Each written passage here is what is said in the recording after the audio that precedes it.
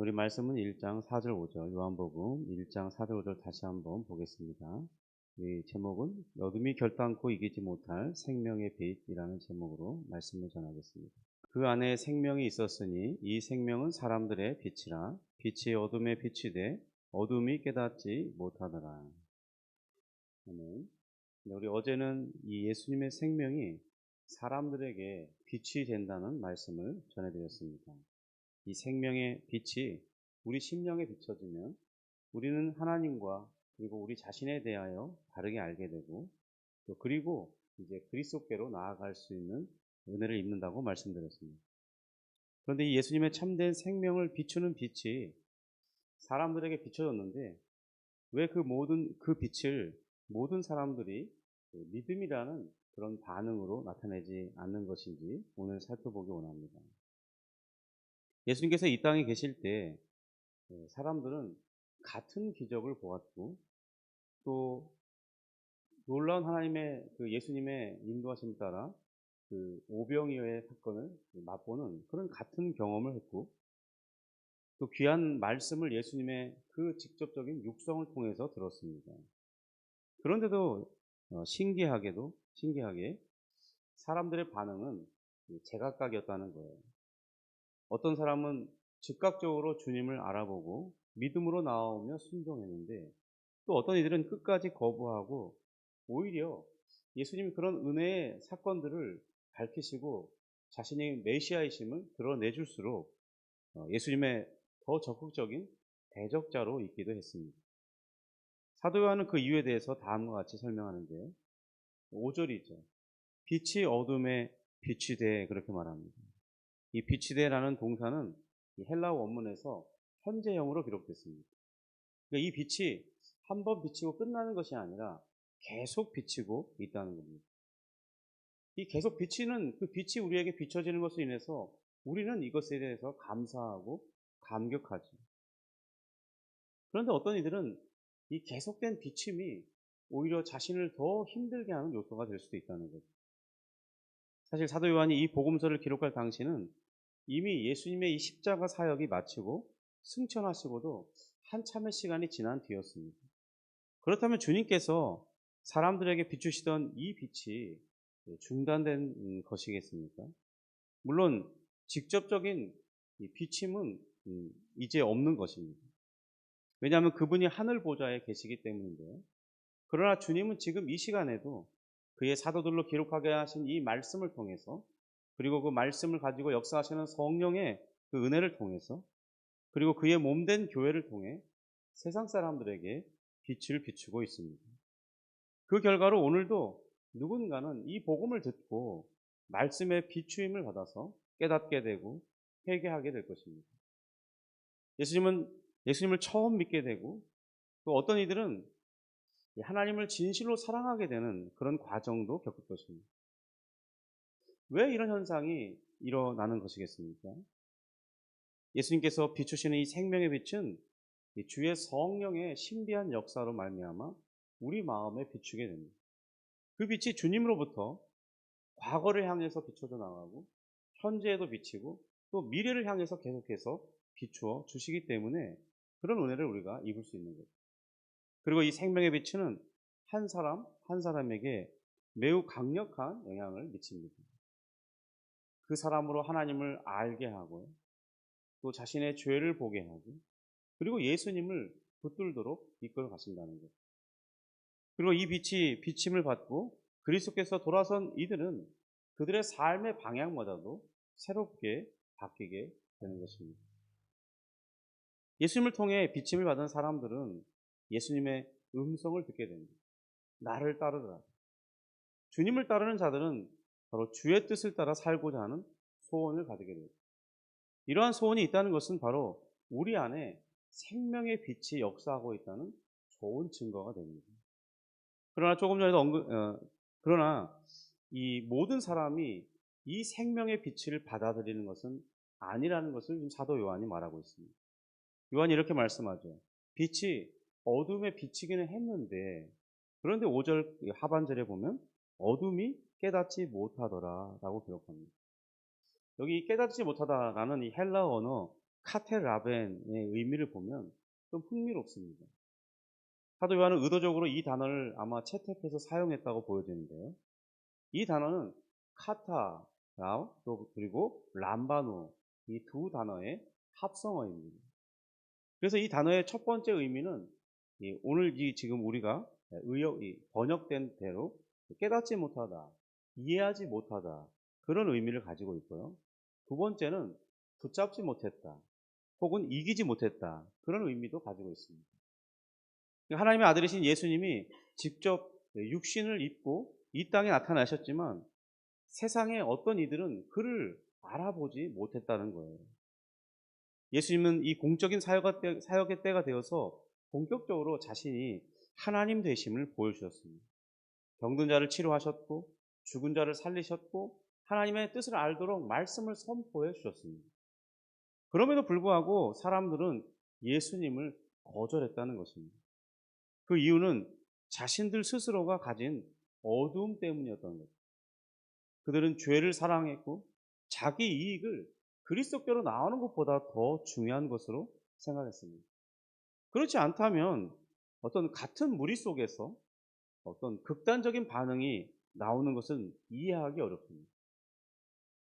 어떤 부류냐면 특별히 바리새인들인데, 바리새인들의 대부분은 예수님을 거부했고 또 자기들이 누리던 어떤 특권적인 지위가 있는데 그리스도께서 오셨다는 것을 인정하게 되면 자신의 모든 특권을 내려놓고 그리스도께 복종해야 되는 그런 상황이 성경이 말하고 있는 내용입니다. 그런데 그것이 싫기 때문에 자신들이 가지고 있는 이 지위, 그것을 내려놓기 싫기 때문에 오히려 그리스도를 죽는 자리로까지 내모았던 것입니다. 그러나 그 중에서도 바리새인이지만 니고데모와 아리마대 요셉을 보십시오. 그들은 어찌하여 바리새인이면서도 그리스도를 지지하며 그리스도를 모셔드리는 그런 일들이 일어난 것입니다. 예수님은 니고데모와의 대화 끝에 이런 말씀을 하신 것으로 사도 요한이 마무리하고 있습니다. 요한복음 3장 19절부터 21절인데요. 그 정죄는 이것이니 곧 빛이 세상에 왔으되 사람들이 자기 행위가 악함으로 빛보다 어둠을 더 사랑한 것입니다. 악을 행하는 자마다 빛을 미워하여 빛으로 오지 아니하나니 이는 그 행위가 드러날까 하며 진리를 따르는 자는 빛으로 오나니 이는 그 행위가 하나님 안에서 행한 것임을 나타내려 함이라 하십니다. 오늘 이 말씀이 바로 1장 5절을 이해하는데 어떤 확장된 설명임이 보여집니다. 죄는 죄를 품는 사람의 눈을 멀게 만듭니다. 그래서 자신의 치부를 드러내주는 이 빛을 거부하게 하려는 성향이 있습니다. 빛인 줄 알았어도 거부하는 거죠. 오늘날 현대인들은 어떻습니까? 같은 복음을 듣고 또 성경을 접하지만 반응은 상반되다는 것입니다. 과거에 예수님이 직접 오셨을 때도 그랬고 지금도 이런 반응은 두 가지 반응으로 나온다는 거예요. 어떤 이는 베드로나 도마의 고백처럼 예수님을 자신의 구주와 자신의 하나님으로 고백합니다. 반면에 어떤 사람들은 그냥 종교는 종교일 뿐이라고 여러 학자들의 말을 빌어서 그것을 거부하거나 자신이 말씀을 판단하고 자신이 그 말씀을 취사 선택할 정도의 그런 마치 대단한 사람처럼 그렇게 말씀을 격화시키는 거죠. 여러분 과연 무엇이 다른 것입니까? 하나님의 말씀인 복음이 다른 내용을 담고 있기 때문에 그들은 다르게 받아들이는 걸까요? 저는 그렇다 생각하지 않습니다. 복음의 내용은 동일하죠. 결국 그에게 비친 이 빛이 그에게 효과적으로 역사하였는가, 그 차이에 의해서 드러나는 거죠. 빛이 변화의 능력이 없는 것이 아니라 그 사람이 강력하게 그 빛을 거부하고 있기 때문에 빛의 능력이 그에게는 나타나지 않는 것입니다. 그러나 어떤 이들에게는 이 복음과 생명의 빛은 정말 사모하고 환영하는 것이 되고 있습니다. 왜 이제야 이 빛이 내게 비춰진 것입니까? 라고 말할 만큼 그들은 빛에 대해서 강력한 환영을 나타내고 그것을 경외하고 사모하는 그런 모습을 나타낸다는 거예요. 그들에게는 믿고 말할 수 없는 기쁨으로 작용된다는 것입니다. 바울 서신서에는 이렇게 말씀합니다. 우리가 그러한 복음에 만약 우리가 믿음으로 반응했다면 그 믿음도 하나님의 선물이었고 그 선물은 성령의 역사로 우리에게 주어졌다고 말씀하고 있습니다. 왜냐하면 우리의 영혼은 하나님과 관계하지 않는 죽은 상태에 있긴 있는데 죽은 것은 살아있는 것에 반응할 수가 없는 거예요. 그러니까 우리가 죽었던 이 영혼, 이 하나님과 관계하지 않는 이 영적인 상태가 하나님께 반응하는 그런 반응이 나타났다면 그것은 그 안에 생명을 일으키시는 성령의 역사가 있었기 때문에 가능했다는 것입니다. 성도 여러분, 이 어둠의 특징은요, 그 어둠이 얼마나 깊던지 간에 어두움은 빛을 이길 수는 없다는 것입니다. 요한은 단순히 어둠이 이해되지 못했다는 그것만을 말하려고 하는 것이 아닌 것을 알 수 있어요. 그래서 이 단어를 사용한 것입니다. 어둠은 빛을 이해하지는 못하지만은 동시에 어둠이 결코 그 빛을 이길 수는 없다는 것입니다. 십자가 아래에서 예수님의 죽음을 지켜본 그 몇 사람들을 생각해 보십시오. 그들은 귀한 이 생명의 빛이 꺼졌다고 생각했어요. 그래서 여인들은 슬퍼했고 제자들은 도망쳐 숨어 지냈습니다. 어쩌면 사람들의 심령을 움직여 예수님을 죽게 한 사탄도 자신이 이제 승리했다고 생각하지 않았을까요? 사탄은 우리보다 훨씬 많은 것들을 알고 있습니다. 그는 역사적으로 아담 때부터 존재했고 그가 죽은 적이 없고 계속해서 살아있는 영적인 존재이기 때문에 우리보다 인류의 역사를 더 잘 알고 있습니다. 그의 기억은 우리처럼 이렇게 잊혀지는 것이 아닙니다. 그는 영물입니다. 영적인 존재입니다. 그렇다고 해도 사탄이 하나님의 모든 뜻을 마치 하나님처럼 동일하게 알고 있는 것은 아닙니다. 그도 모르는 것이 있어요.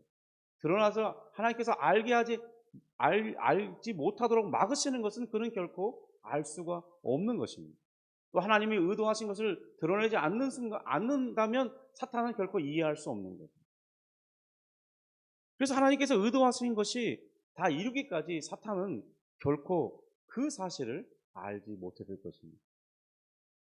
만약 예수님이 한 번 죽으시고 3일 만에 부활하실 것을 사탄이 명확하게 알고 있었다면 그리스도를 십자가에 죽게 할 이유가 없었고요. 오히려 그를 범죄하도록 끊임없이 유혹하는 삶으로 이끌어 가려고 했을 것입니다.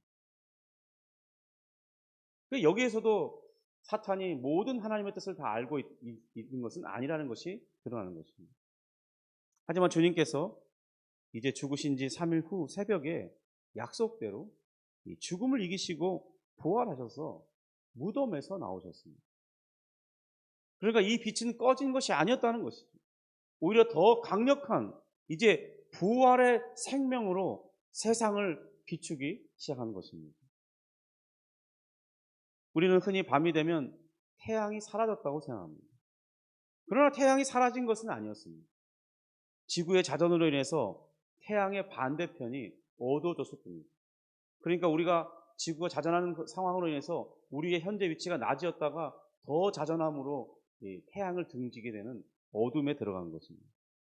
그러나 이제 그 지구가 또다시 자전할 것이기 때문에 우리의 위치가 어둠 가운데 있다가 이제 아침을 향해서 자전하게 되면 태양이 우리에게는 떠오르는 것처럼 비춰집니다. 그러나 실상은 태양은 언제나 변함없이 그 자리에서 강력하게 빛을 비추고 있었던 것입니다. 예수님의 십자가 사건도 이와 비슷하다 할 수 있겠습니다. 세상은 예수님을 죽임으로써 그 빛을, 우리가 미워하는 그 빛을 껐다고 생각했습니다. 그러나 부활은 한 번도 빛이 꺼진 적이 없다는 그 사실을 보여주고 있는 것입니다. 오히려 더 강력한 빛으로 우리에게 비춰진다는 것을 말씀해주고 있습니다. 이러한 일이 우리의 교회사를 통해서도 드러납니다. 초대 이 복음을 전하는 시기에는 유대인들이 강력하게 복음을 막으려고 했습니다. 그리고 로마는 교회를 심대하게 박해했습니다.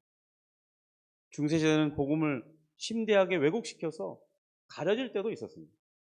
근데 많은 중세의 이 사람들이 이 복음에 대해서 제대로 이해하지 못하고 이 천주교에 이끄는 그런 잘못된 이 신학 사상으로 인해서 그들은 괴로운 무거운 짐을 안고 살아가는 삶을 살았습니다. 근대와 현대는 또 어떻습니까? 이 복음을 없애려고 시도했던 적이 있습니다. 또한 무능하게 하려는 시도들이 있었습니다.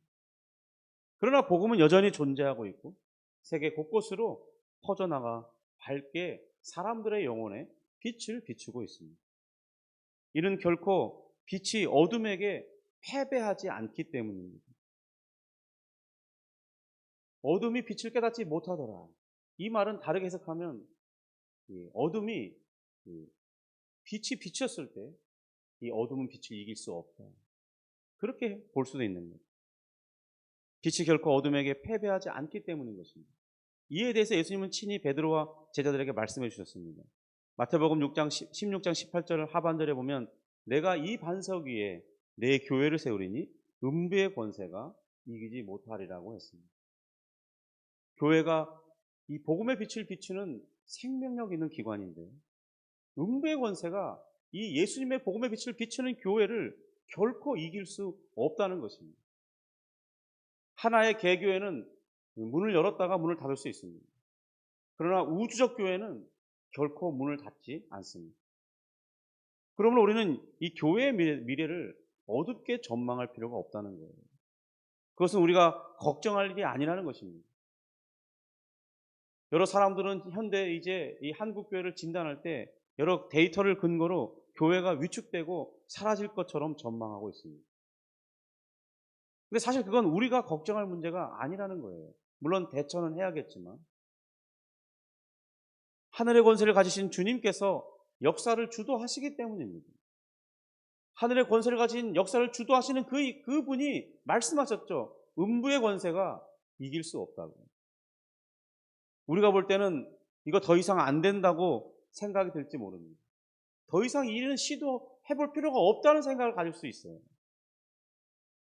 그러나 하나님께서는 이 드러난 현상을 역전시킬 수 있는 방법이 무궁무진하다는 것입니다. 우리는 이것에 대해 분명한 믿음을 가지고 있어야겠죠. 그리고 주님께서 약속하신 바대로 음부의 권세에 결코 교회는 패배당하지 않을 것입니다. 오히려 끝으로 갈수록 어둠은 빛에 의해 물러가고 언젠가는 완전히 이 어둠이 사라질 때가 올 것입니다. 요한계시록 21장에서는 그 어둠이 완전히 사라지는 때가 왔다고 선언하고 있습니다. 새하늘과 새 땅이 열리고 거기에는 해와 달과 같은 것이 필요 없을 만큼 하나님 자신이 우리에게 빛이 되신다고 말씀하고 있습니다. 그러므로 그 빛은 어둠을 만들지 않죠. 태양은 물체를 비칠 때 이 물체를 비추는 반대편에 어둠을 만듭니다. 그러나 우리 하나님의 빛은 그런 방식으로 비추는 빛이 아니라는 거예요. 왜냐하면 어둠을 만들지 않기 때문입니다. 하나님과 어린 양께서 우리의 태양보다 더 좋은 빛으로 우리에게 임하실 것이라고 말씀하고 있습니다. 요한복음 예수 그리스도께서 생명의 빛을 비추심으로써 새 창조를 시작하셨다고 말씀하고 있습니다. 그리고 이 하나님이 시작하신 하나님의 나라가 도래할 때는 그 빛이 온 세상을 가득 비추게 될 것이고 그때가 구속의 역사가 완성되는 날이라고 말하고 있습니다. 성도 여러분, 우리가 한 가지 기억할 것이 있다면 우리가 믿음을 갖게 되는 것은 우리가 잘났거나 똑똑하기 때문이 아니라는 것, 도덕적으로 탁월하기 때문도 아니라는 것입니다. 우리는 교회 안에서 일하는 일들로 인해서 우리 자신을 자꾸 바라보게 하는 그런 일들이 일어납니다. 여러분, 우리의 구원은 우리의 자질에 있지 않습니다. 우리의 믿음이 우리를 구원하는 것이 아닙니다. 물론 우리는 믿음을 통해서 구원의 은혜를 받지만 구원은 하나님이 일으키시는 것입니다. 생명의 빛이 우리 심령에 비추었고 지속적으로 비추어 주기 때문에 우리의 구원이 우리에게 효력적으로 역사하고 있는 것입니다. 그로 인해 우리는 하나님을 알게 되고 우리 자신의 죄를 깨닫고 그리스도를 믿게 되는 것입니다. 세상은 여전히 이 영적인 어둠 속에 갇혀 있습니다. 그래서 복음을 거절하는 이들도 있는 거예요. 때로는 교회가 약한 시간이 있을 때도 있습니다. 그러나 말씀은 언제나 어둠이 빛을 이긴 적이 없다고 말씀하고 있습니다. 교회가 위태롭고 무너져가는 것 같지만 하나님의 성령의 역사로 교회는 다시 살아나고 신비한 능력으로 교회가 부흥의 때를 맞이하는 것입니다. 십자가조차도 예수님의 이 생명력 있는 빛을 끄지는 못했습니다. 무덤도 그것을 가두어 두지 못했습니다. 2000년의 박해에도 복음은 여전히 지속하고 번져 나갔습니다. 그러면 우리는 두려움으로 살아갈 것이 아니에요. 이 생명의 빛을 받은 사람이기 때문에, 그리고 이 빛이 우리를 끝까지 붙드시고 우리를 마침내 영광 가운데로 인도하실 것이기 때문에 우리에게 어떤 요소가 있다 할지라도 두려움과 또 어떤 낙심과 좌절을 할 필요가 없다는 것입니다. 우리는 이 모든 생명의 빛을 비추신 그리스도로 인해서 우리의 미래를 밝게 전망할 수가 있습니다. 여러분, 오늘 이 그리스도를 믿는 믿음 안에서 우리의 모든 우리를 힘들게 하는 어떤 요소들이 있을지라도 반드시 우리가 승리하게 될 것을 생각하면서 오늘 하루도 힘있게 우리의 주어진 삶들을 잘 감내하며 걸어갈 수 있기를 주님의 이름으로 축복합니다. 기도하겠습니다. 하나님 아버지, 감사합니다. 주님께서 우리에게 찾아오셔서 자신 안에 있는 생명을 빛으로 비춰주시고 우리로 그것을 알아보고 환영을 받게 하신 은혜를 주시니 감사합니다. 주님, 우리가 이 땅을 살아가면서 이 은혜를 기억하면서 날마다 우리 주님을 찬송하는 중에 우리에게 인생에 주어지는 우리 길을 한 걸음 한 걸음 잘 걸어갈 수 있게 원합니다. 주님, 때로 이것이 힘들고 어려울지라도 우리 주님의 돕는 은혜로 말미암아 걸어가게 될 것을 믿습니다. 주님, 역사하시고 인도해 주시옵소서. 하나님, 정말 이 어려움을 당하는 많은 이들이 있습니다. 주님, 저들을 도와주시고 저들에게 구원의 은혜를 베풀어 주시옵소서. 주님, 우리 또한 저들을 외면하지 않도록 도와주시고 저들을 돕는 이 가운데 포함될 수 있도록 우리의 마음을 인도해 주시옵소서. 예수님의 이름으로 기도합니다. 아멘.